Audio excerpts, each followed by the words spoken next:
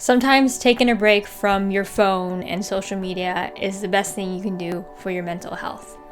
What's up YouTube? I'm Marissa Roxas. I'm a filmmaker from San Diego, California, and I make videos about my experiences as a Filipino queer female living her life in her 20s. And in this month of October, I've committed to making a video every other day about a self-love or self-care practice. And today we're talking about taking a break from social media, detoxing from social media and your phone, and really just practical ways to lessen your consumption. Because I think quitting cold turkey, though it can be done, I think there's a lot of us it's very hard to do, especially if you're a content creator and social media is intertwined through all of that. So first I want to start off with the why I decided to take a break from social media, or at least tried to stay away from it as much as I could and not be on it as much as possible, and just be on my phone in general as much as possible. First and foremost, if you've been following along on Self-Love Vlogtober, I'm personally going through a healing process. I'm pretty far along. It's been 3 months that I've been in this transition period of my life, but I still feel like there are times, or I'm in a place where I really want to regulate my consumption of media and just whatever comes into my brain, because even though I'm not as fragile or sensitive as I was, let's say, in the first month of my healing process, I'm still pretty sensitive to certain things, and I just wanted to regulate what was coming in so that what comes out just remains as positive as it can.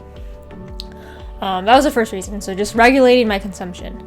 And then the second reason is that I just really wanted to lessen the noise around me so that it's easier for me to listen to my own intuition and my own inner voice, just because since I am kind of further along in the process, I want to understand what it is that I want and what is my heart telling me to do at this point, and not be influenced by any outside factors. And again, we're bombarded every single day by just opening up our phone, going on Instagram, going on Twitter, even YouTube, and just seeing a bunch of things and being influenced by all that. And of course, there's a time and place for that, but I think when it comes to more sensitive matters, or things that are really personal, or very having to do with your heart and your emotions and your life as in the grand scheme of things, I think it's important to take some time away and just listen to, again, your inner voice, your intuition. What is your heart trying to tell you? And so those are two main reasons. Again, regulate consumption, and to allow myself to really listen to my own inner voice. And how I went about that, again, I'll be honest, I've tried to quit social media cold turkey many times. Probably the longest I've gone without being on Instagram and all of that stuff was probably 2 weeks. And you may think wow, that's such a long time, or something. I think a lot of people do a 30-day detox and everything. I do really recommend that if that's something you want to do. But I think for a lot of us, I think cold turkey is not always the most practical, or the most, I guess, realistic. Let's be real. So I just found ways to, again, lessen, if you're spending, you can check your screen time, right? If you're spending 6 hours on your phone, maybe you spend 4 hours, and it's ridiculous that it's up there, but trying to, again, just if you can do less and less, I think the better.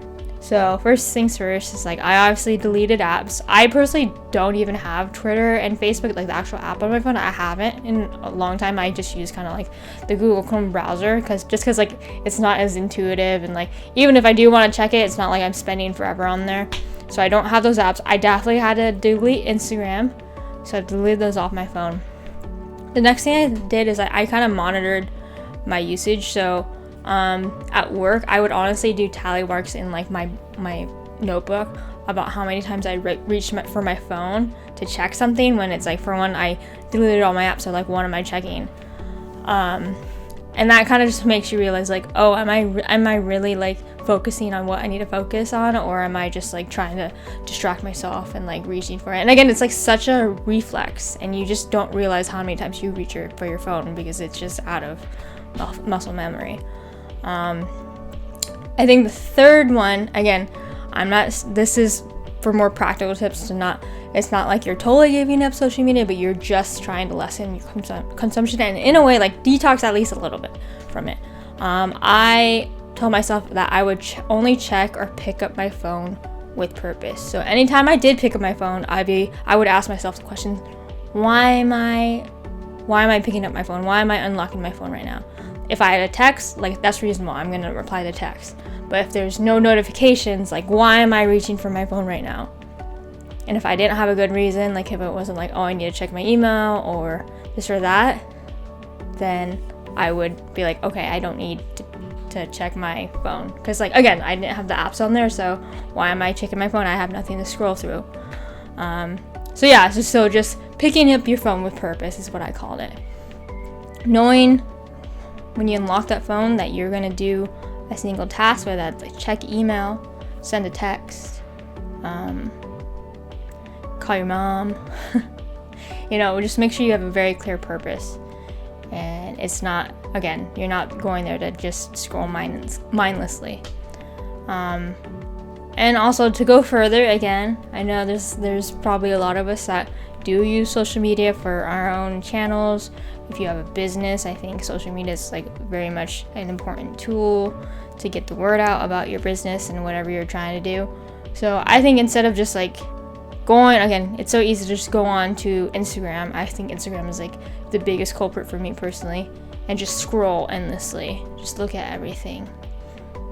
And so instead of just doing that, anytime I did, because I did re-download Instagram in the past week, but I found myself only doing it if I wanted to post something. So I'm really more of like a stories kind of person. Like, I had a couple events to go to this past week, so I would simply only download it if I had something to post.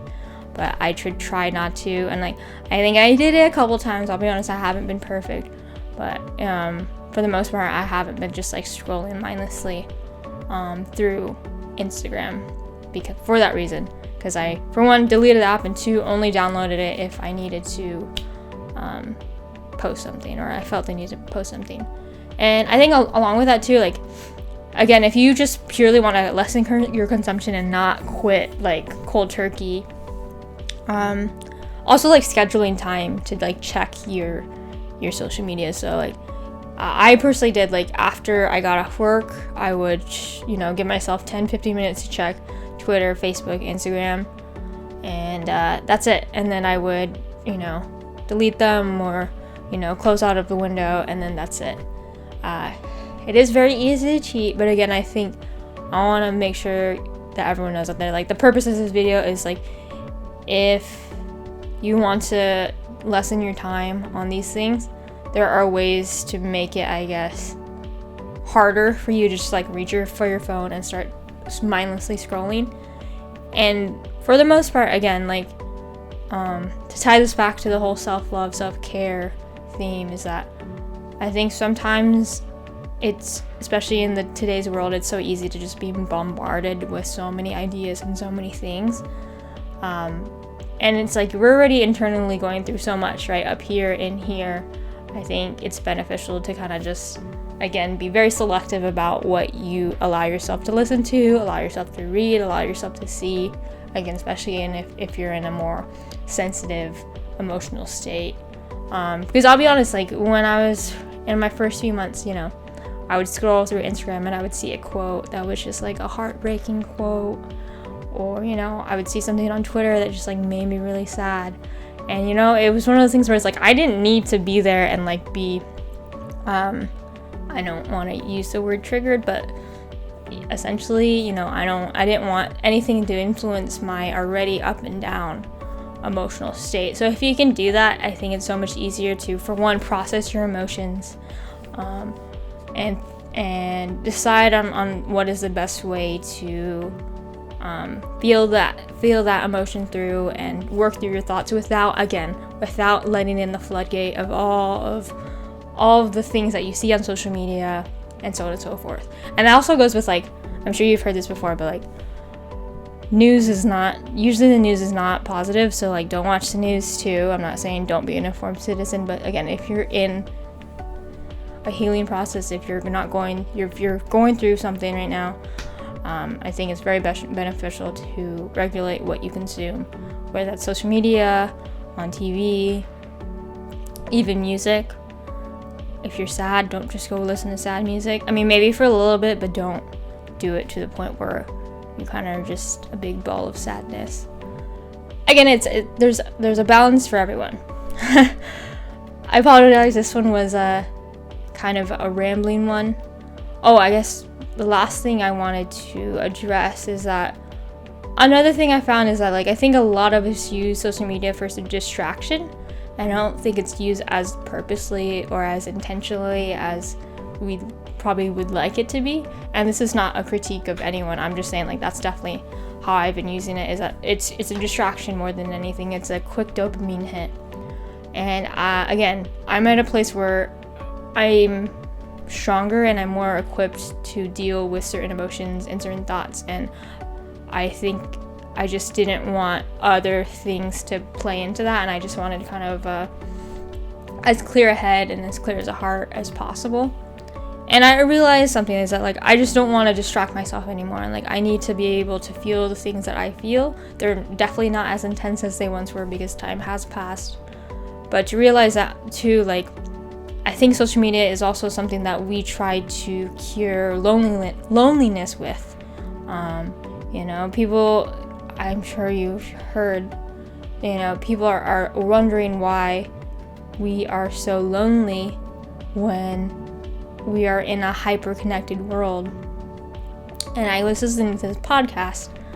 I'll probably bring up the audio here where the podcaster, I forget her name, I think her name is Cara, she said loneliness has nothing to do with your connection with other people or your lack of connection with other people. Loneliness has all to do with you not being able to be alone with yourself. And it was just kind of like an aha moment for me, because I realized, like, where I'm at right now, the reason why I just want to distract myself is, for one, I just don't want to, like, deal with certain emotions, but two, I'm relearning how to be alone with myself. And I'm sure anyone who has gone through this process or is currently going through that process, learning how to, like, really enjoy your own company after an event that, is life-changing is sometimes really hard, because not saying you hate yourself, hopefully you don't, but, like, it's just uncomfortable, because again, you're not only alone with your thoughts and your feelings, but also you just have to understand that you spend the most time with yourself, and I think it's a good idea to enjoy just being alone with yourself. I know it's scary sometimes, especially it's like if you are used to always having someone there, but in the long run, if you know how to be with yourself, like, you'll be unstoppable, because there will be times where it's just you. Again, going back to the whole concept of being your own best friend. Anyways, this is a very long-winded one. I didn't really have too much of structure for this one, but yeah, I think no matter where you are, I think sometimes it's a good idea to regulate your consumption so that you can find what is the best move for you, whether you're healing or not. I think, yes, it's important to have influences and draw inspiration from places, but also there comes a point where, like, too much of anything is not good. And obviously you don't want to be consuming just negative, and I also think, like, consuming too much positive too is not super, like, there's a point where it's not healthy. So just finding the balance that is right for you. Anyways, once again, I'm Marissa Roxas. Thank you for joining me along in Self-Love Vlogtober. I have one more episode left, so I will see you not tomorrow, but the next day on Halloween. Until then, stay strong and take care. Thank you.